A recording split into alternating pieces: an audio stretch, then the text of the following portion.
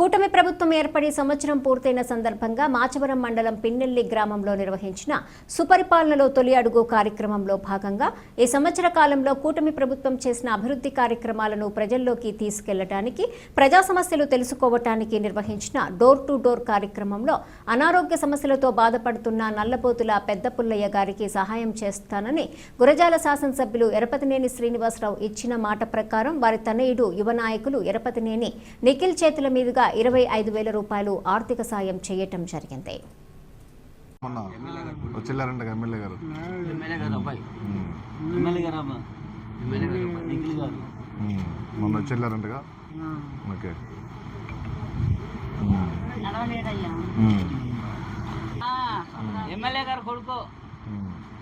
ఇంకేమన్నా షుగర్ కాకుండా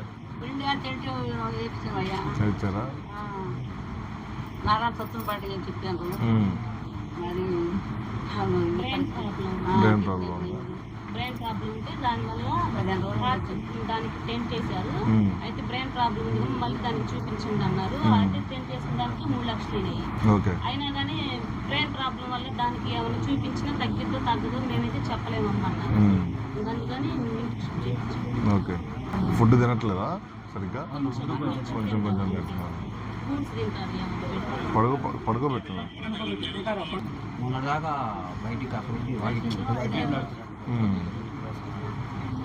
అంటే బలం లేదా వెనకాలంతా? వెన్నులో బలం లేదా? ఎంత ఉండదు వయసు? 80 దాకా. మన పార్టీ వాళ్ళంటే పాపం ఇప్పుడు అనగా